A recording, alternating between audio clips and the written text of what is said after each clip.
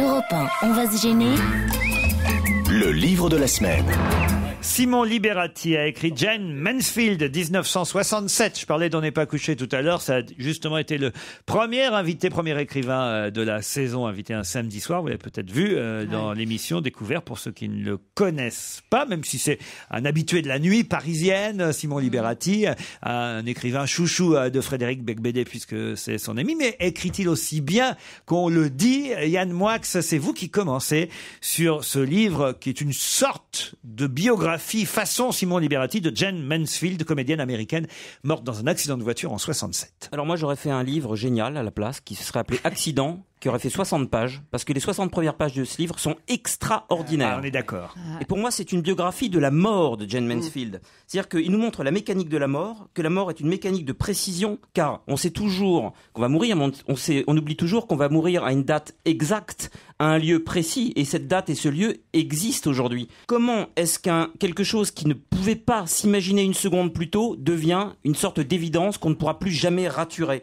Une sorte d'irruption de l'impensable, et c'est ça un accident.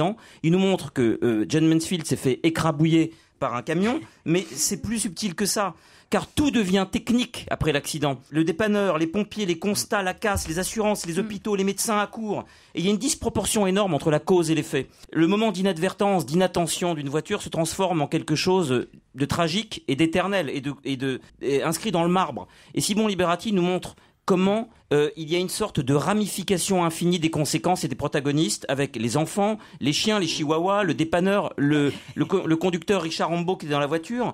Et il nous montre aussi que tout converge vers ce moment de mort absolue. Comme s'il y avait une sorte d'efficacité maximale du hasard, une sorte de perfection du hasard. Et je termine juste sur un truc, Laurent, c'est que on a l'impression en lisant que chaque pierre de chaque talus, que chaque virage de chaque route, que chaque vis, que chaque boulon de chaque véhicule et que chaque sueur de chaque front a été mis en branle pour tuer Jane Mansfield ce jour de 1967. Et ça, c'est très bien fait dans le bouquin. Et c'est marrant qu'autant d'intelligence soit livrée sur un moment absurde qu'on ne peut pas mettre en scène, car le hasard ne peut pas mettre en scène. Et je pense, en disant ça, à deux choses. La première, c'est ce que disait Antoine Blondin de son ami Roger Nimier, qui est mort dans un accident de voiture en 1962. Il a écrit « Il est mort dans son lit dans des draps de tôle froissés », ce qui est extraordinaire, et surtout à cette absurdité totale dont Albert Camus a lui-même été la victime en 1960 en se tuant dans un accident de voiture. Et je terminerai en disant que c'est d'autant plus beau que la mort, elle, Laurent, n'est jamais intelligente. Parfait. Alors, ça se gâte après les 60 premières pages. Vous êtes d'accord avec ça? Ouais, moi je suis d'accord avec ça, et c'est vrai que cet accident, à côté, je trouve que les choses de la vie, c'est les autotamponneuses, hein, tu vois. C'est-à-dire que là, vraiment, c'est chirurgical. On le voit, on sent les odeurs, on sent l'huile, on sent la tôle, on sent la sueur des mecs. C'est parfaitement écrit. Hein, parfaitement écrit. Alors, je rajoute qu'il y a un très beau portrait de Jane Mansfield, qui a été une sorte de Marilyn. Elle était très très belle, mais sauf qu'elle a raté sa carrière, à part La Blonde et moi, elle est allée dans des séries B, et il raconte parfaitement l'épuisement physique et moral de cette nana, qui est jeune, hein, qui meurt à 34 ans, faut quand même savoir, et qui dit... Le jour où en France, d'ailleurs, Françoise d'Orléac elle-même meurt, la sœur de Catherine Deneuve, meurt dans un accident de voiture. Elle aussi avec son petit chien. Voilà. Le même jour. Et là, ce qui est formidable, c'est ces mots transformés à coups de perruque pouf en pseudo-travestie et en pionnière du kitsch new-yorkais. Jane, donc, avait une réputation atroce, mais un indice de notoriété hors catégorie. C'était la seule star internationale à accepter tout ce qu'on lui proposait. Une inauguration de boucherie industrielle lui rapportait $1,200 plus $500 de viande pour ses mômes ou pour ses chiens. Et il fait un portrait. Je te jure. Et moi, je prends. Hein. Même le pressing. Elle est libre pour inaugurer les boucheries, Christine, bravo. Même un 5 à 7. Ce qui est formidable, c'est qu'on voit bien cette freaks déclinante, alcoolo, qui se fait battre par son mari. Elle a des bleus partout. Son mari, enfin, pas son mari, son amant, espèce de baltringue, qui est fou d'elle. Mais c'est horrible, c'est d'une violence. Ah, mais Elsa Fayer, ça vous a plu Moi, ou je suis pas? moins dithyrambique qu'eux. Franchement, moi, j'ai trouvé ça trash. C'est tout ce que je déteste. C'est glauque, c'est irrespectueux. J'aime pas la description de Jane Mansfield. Je trouve que voilà, le visage de Jane Mansfield, moins tanné par les ultraviolets que sur les photos, était décoloré par endroits, piqueté de dépigmentation comme des fesses d'éléphant. Moi, si j'étais elle, franchement, moi, je trouve pas ça. Vous préféreriez avoir un plus bel hommage, je voulais dire. Non, mais je trouve que On c'est s'en une littérature. occupera. C'est un peu fouille-merde. On est sur le coup déjà. J'aime pas cette idée qu'il soit un petit peu fouille-merde comme ça. Il va tester les kilos qu'ont pris les actrices sur les tapis rouges. Il va détailler le mais prix qu'est-ce des que t'es robes. people, c'est un Oh là là, écrivain. je trouve que c'est La précision. concierge. C'est un écrivain, c'est un travail J'ai d'écrivain. trouvé qu'il avait le regard d'une femme jalouse. C'est de la grande littérature pour moi. Isabelle peut être Motro, déglingué. Isabelle Motro. Non, moi, je suis absolument 100% pour ce qu'ont dit Yann et Christine. Alors, le reste, en revanche, j'ai été super déçue, quoi. C'est-à-dire passer l'accident, quoi. Ben oui, c'est-à-dire qu'on part. Après la 60e page. Cet accident est un rayonnement. C'est-à-dire qu'on part d'un accident et on rayonne dans tout un tas d'axes intéressants et qui se rapportent tous à Jane Mansfield, bien sûr. Et puis alors après, il y a une espèce de truc brouillon. Les 9 derniers mois de sa vie. Ah ouais, et puis on voit pas pourquoi elle en est là. Alors, ce qui est très très décevant et surtout très frustrant, j'ai trouvé ça frustrant, c'est le mot juste, c'est que il décrit très bien où elle en est, mais il ne dit pas pourquoi elle en est là. Achetez le livre au détail. Voilà. Allez chez Vous arrachez les 60 Non mais premières pages. le truc c'est que une fois qu'on a lu les 60 premières pages, on peut pas s'arrêter. Même si moi j'étais super frustrée, mais je suis allée jusqu'au bout parce qu'à chaque fois je me disais oui et comment. C'est-à-dire qu'en machin. fait, pour être clair, moi qui l'ai lu aussi, je suis absolument d'accord avec vous, les 60 premières pages, on peut le lire parce qu'on aime lire et que c'est un régal d'écriture. Précision. Après, on ne devient intéressé que si vraiment on s'intéresse à Jane Mansfield. En fait, voilà.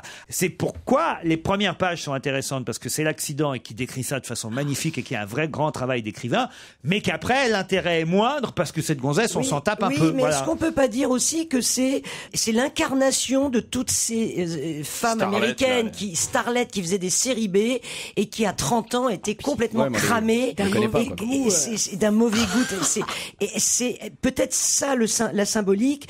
Et là où je suis pas d'accord avec toi, c'est qu'à la fin, quand on voit qu'elle fréquente les gourous, dont les mecs qui ont inspiré Jane Jane Manson. Pas Jane Manson. non, Manson. Marilyn Manson. Charles Manson. C'est vrai que la décapitation a été tout un sujet des milieux satanistes, etc. Eh oui. aux États-Unis. Bon, donc il y a un côté glauque, mais ce livre, moi je suis d'accord avec Laurent sur une chose, aurait très bien pu être fait sur Buddy Holly qui est mort en accident d'avion, ou sur James Lady Dean. Di, sur c'est Lady Di. l'accident le héros. Non mais ou sur Lady Di bien sûr. C'est l'accident le héros. C'est Il la faut tôle écrire froissée. le même sur les Didi, là ça va faire un best-seller. Non mais total. voilà, c'est dommage parce que justement, moi je trouve qu'il nous donne quand même envie d'en savoir plus sur Jane Mansfield, ce qui est quand même dommage c'est pour bien. une biographie. Normalement, on devrait tout savoir quand on fait. Non, j'ai été voir, du coup j'ai envie de Ouais, moi aussi, je suis revoir les allée voir les films. photos. C'est que des nanars. hein. Et j'ai été voir les photos. Oui, Il paraît c'est que qu'elle des était nanas. hyper intelligente. Et très Ils jolie. disent qu'elle avait le QI d'Einstein. Vous vous rendez compte? Bah oui, mais enfin, Einstein, il s'est totalement planté maintenant, on le sait.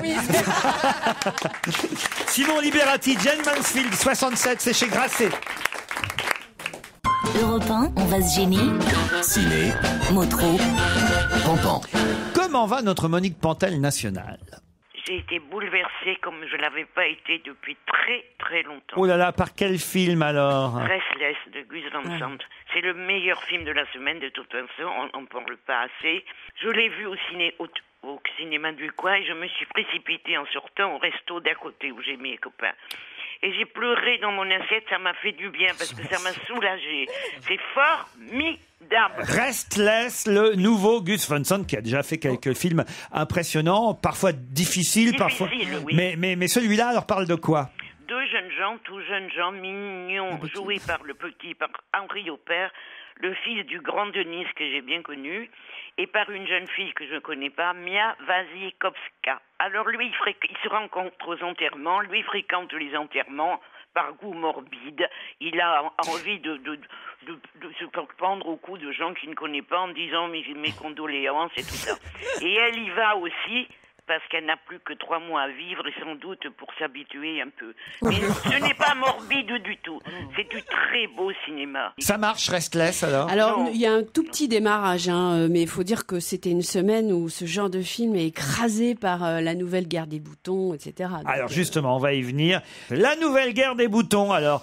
Il y en a déjà eu... Ça marche. Ouais. Ça Je marche, suis bien oui, étonnée ça- parce que quand même, ça fait quand même la seconde. Il faut dire que c'est bien mieux que la première. Ah, vous trouvez? Parce qu'il y a des très bons comédiens, c'est à cause des comédiens. Grâce à Guillaume Canet, grâce à Laetitia Casta, Cadmerade, Gérard Jugnot. Et puis aussi à Baratier, le metteur en scène, qui a beaucoup de talent, mais c'est un peu culotté quand même d'avoir transformé cette guerre des boutons en guerre de la France sous l'occupation contre les miliciens qui sont super salopards, c'est qu'on savait, et les résistants qui sont super courageux. Il y a aussi des enfants. Isabelle? Alors moi, j'aime pas du tout ce genre de cinéma, c'est-à-dire très franchouillard, avec des bonnes valeurs bien françaises. Eh ben et oui, effectivement, tiens, ça te fait Baratier du le bien, replace toi. dans les années 40, parce que il adore cette période, Baratier. Il adore ça, on se souvient des choristes, etc. Faubourg 36. Ce genre de France comme ça, qui respire la lavande et le pétainisme, c'est vraiment un truc. Moi, voilà.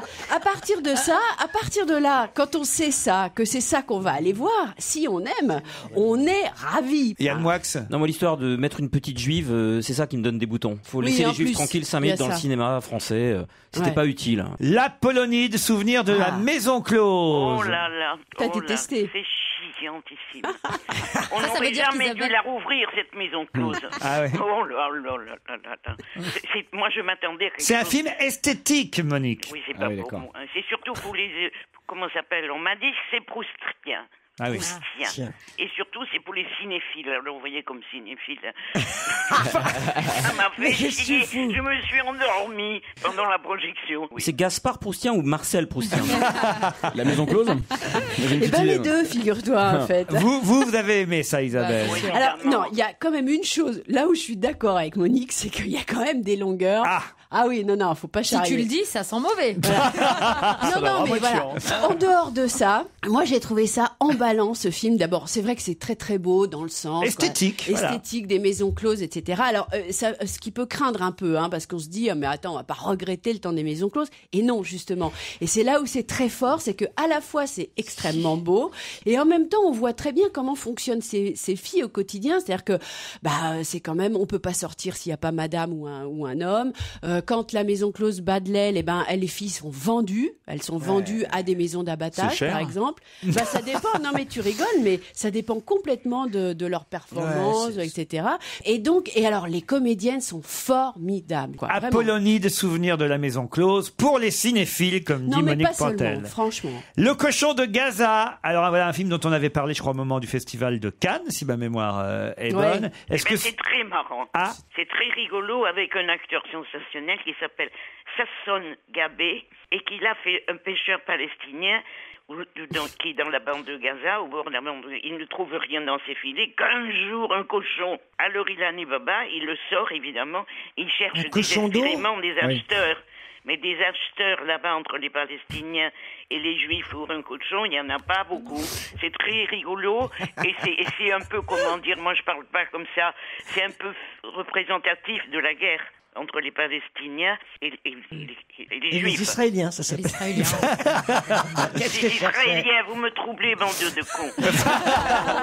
Ça va être de notre faute. le cochon de Gaza. C'est une excellente idée, c'est très très très très drôle. Enfin moi c'est le film qui m'a fait rire cette semaine, c'est celui-là. Enfin et puis en plus c'est complètement original parce qu'on en a vu des films oui, sur c'est la sûr. bande de Gaza, etc. Mais là il y a vraiment, on peut y voir ce qu'on veut, on peut y aller au premier degré, on se marre du début à la fin, c'est vraiment très drôle. Alors on va retenir le cochon de Gaza, et Monique et Isabelle ont aimé ça. Restless, le nouveau film de Gus Van Sant, c'est le film vraiment que Monique Pantel conseille cette semaine. Éventuellement La guerre des boutons et La nouvelle guerre des boutons pour ceux qui veulent comparer. Et Isabelle Motro et ses quelques amis cinéphiles peuvent vous conseiller l'Apollonide, souvenir de la maison close. Non, le cochon de Gaza, c'est un des plus beaux rôles de Babe quand même. On est obligé de dire. C'est une belle On reconversion. l'avait pas revu depuis. Dans un instant, l'invité d'honneur.